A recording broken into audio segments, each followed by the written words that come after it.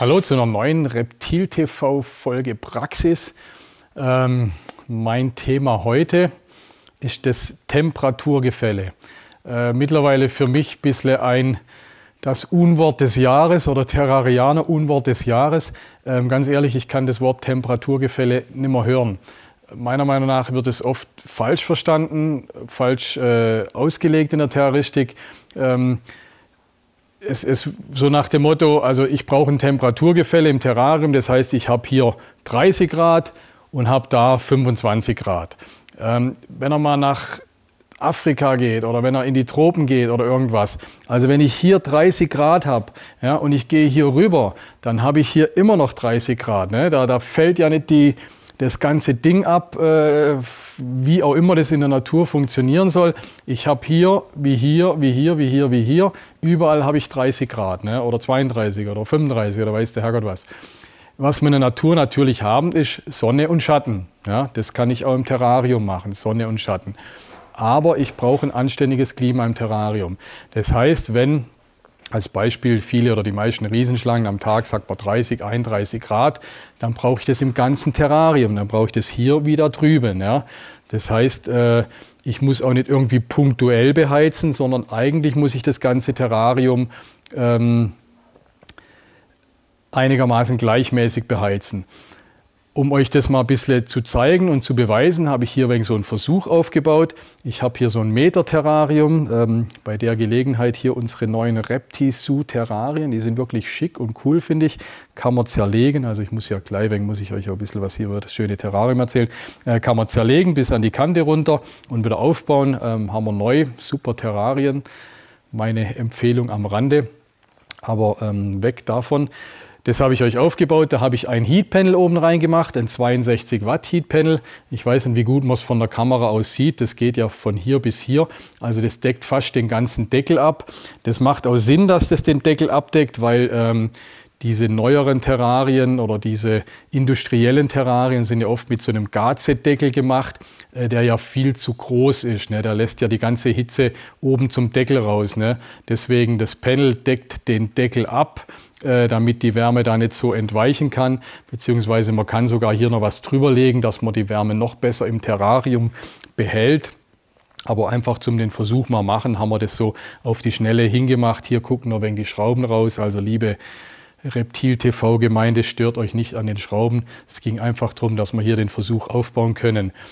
Was ich damit sagen will, fast das ganze Terrarium ist mit dem Heatpanel ausgefüllt, ist ein 62 Watt Heatpanel. Das haben wir jetzt vor gut einer Stunde, anderthalb, haben wir es eingesteckt.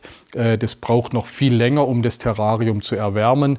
Also es würde richtig Sinn machen, eigentlich müsste man es fast einen Tag lang eingesteckt lassen, dass sich alles noch besser durchwärmt.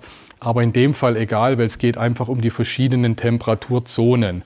Ich habe hier so ein Infrarotthermometer jetzt mal dabei und möchte euch zeigen, wir haben hier an der Seite ein Terrarium hängen, ein Thermometer hängen, zeigt 25 Grad an. Das passt auch gut, das ist so fast an der Scheibe.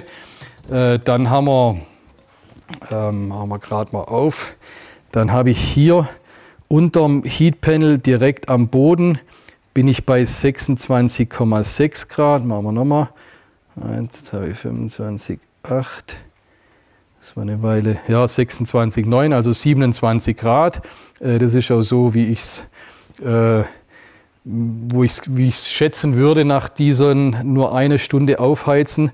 Also wir sind hier sozusagen in der Sonne, weil das Panel hier oben scheint ja direkt hier auf das Streu drauf. Ne, haben wir extra das Einstreu reingemacht, das ist natürlich auch noch ein bisschen kühl vom Reinmachen, aber da kommen wir jetzt auf diese 27 Grad, ja, jetzt 26,1, also kommt sicherlich ein bisschen drauf an, wie steil ich das halte, wie genau ich Höhe und Tiefe, jetzt sind wir wieder 27, ich denke, das ist die Temperatur, die Ausschlag gibt. Dann gucken wir mal hier oben auf diesem Karton, den wir extra da reingebaut haben. Da sind wir dann mindestens mal 20 cm näher an der Sonne. Da sind wir schon bei 31 Grad. Ne? Also wir sind viel näher an der, sozusagen an der Sonne bzw. an dem Heatpanel. Also ist dieser Platz ist exponierter wenn die Schlange sich da hochlegt, hat sie diese, was haben wir gerade, knapp 31 gemessen. Jetzt, gut, wenn ich jetzt nach oben zeige aufs Panel, komme auf 51. Das ist die Oberflächentemperatur vom Panel selber. Die sagt uns weniger aus. Und jetzt das Spannende finde ich, diesen Schattenplatz. Also wenn ich jetzt hier unten unter dem Karton messe, sozusagen im Schatten des Kartons bin ich nur noch bei 23,6 Grad. Ja? Also dieser Karton hält einfach diese Wärme von dem Panel hält's ab, ne? Dieser einfache Pappkarton. Und ich bin hier ungefähr 3 Grad kälter, wie ich hier nebendran ohne Schatten bin, ohne den Schatten, die dieser Karton spendet. Ja? Im Terrarium stellen wir uns natürlich keinen Karton rein, sondern da sind meinetwegen Pflanzen drin im Terrarium. Terrariumpflanzen drin, irgendwelche anderen Gegenstände, die eben diesen Schatten bewirken im Terrarium, ne, wo das Tier dann kühler hat oder selbst auch ein Versteck oder die Schlupfbox, die dann nicht direkt bescheint wird. Ja. So habe ich mein Temperaturgefälle im Terrarium, aber nicht, weil ich die Seite beheiz und die Seite nicht beheiz, sondern ich habe dieses Temperaturgefälle mehr oder weniger durch Plätze, die gut zum einen ein bisschen weiter weg von der Heizquelle sind natürlich, wie wir jetzt oben auf dem Karton und unten auf dem Boden haben, aber vor allem auch durch Sonne, ne, auf dieser Seite Sonne, da ist nichts, und auf dieser Seite unterm Karton habe ich wie in der Natur einen Schattenplatz. Ja. Und der Clou letztendlich dabei ist, ich muss meinen Tieren am Schattenplatz diese Temperatur geben, die ich geben will. Ne? Wenn es heißt, der Königspython als Beispiel braucht 30 Grad, dann braucht er die 30 Grad im Schatten. Und nicht hier oben zum Beispiel auf der Box in der Sonne, da hat es dann zwangsläufig vielleicht 40 Grad, aber das macht gar nichts, das ist in der Natur auch so. Da scheint die Sonne auf einen Fleck und dann erhitzt sich das Ganze auf mindestens 40 oder 45 Grad. Ne? Also einige Afrika-Aufnahmen, da bin ich ja immer mit dem Thermometer am Messen, kann man das eigentlich auch ganz gut sehen.